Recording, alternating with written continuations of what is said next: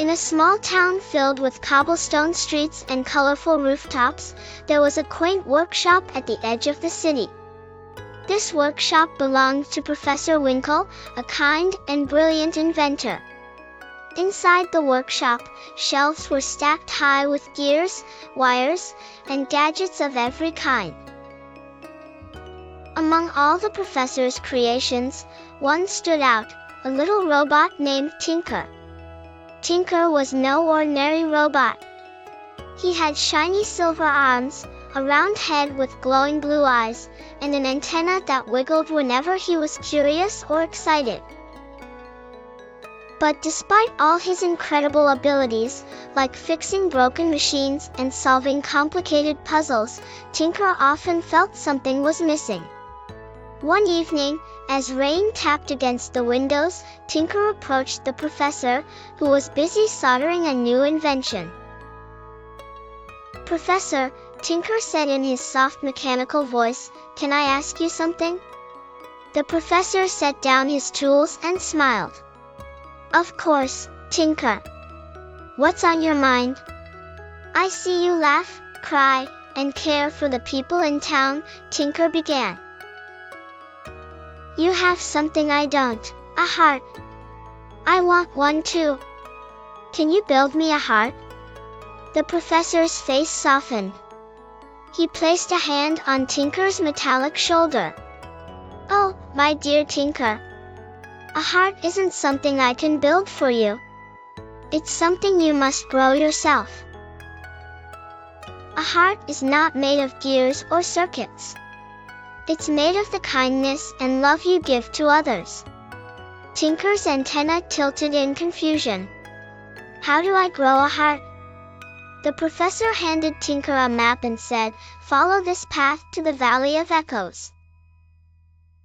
It is said that those who search for meaning often find their answers there." With a satchel full of tools and oil cans, Tinker waved goodbye to the professor and set off on his journey. The first stop on Tinker's journey was a cheerful little village. But something was wrong. The children who usually played in the town square looked sad. A girl with curly hair sat on the edge of a broken carousel, clutching a stuffed rabbit. "What happened here?" Tinker asked, his blue eyes glowing softly. "The carousel broke," the girl explained.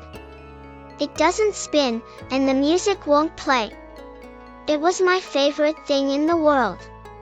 Tinker studied the carousel. Its gears were rusted, and the wires in the music box were frayed. "I can fix this," he said. With careful precision, Tinker tightened the bolts, cleaned the gears, and reconnected the wires. Finally, he wound the carousel's crank. It began to spin, and cheerful music filled the air. The children laughed and cheered as they climbed onto the colorful horses. As Tinker watched their joy, he felt a strange warmth in his chest, as though something invisible was beginning to grow. "Is this what a heart feels like?" he wondered.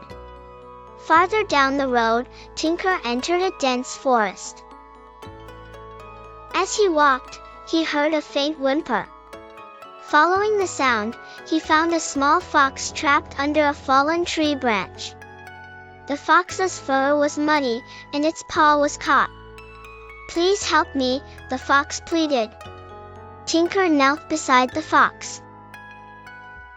Using his tools, he carefully lifted the heavy branch and freed the fox's paw.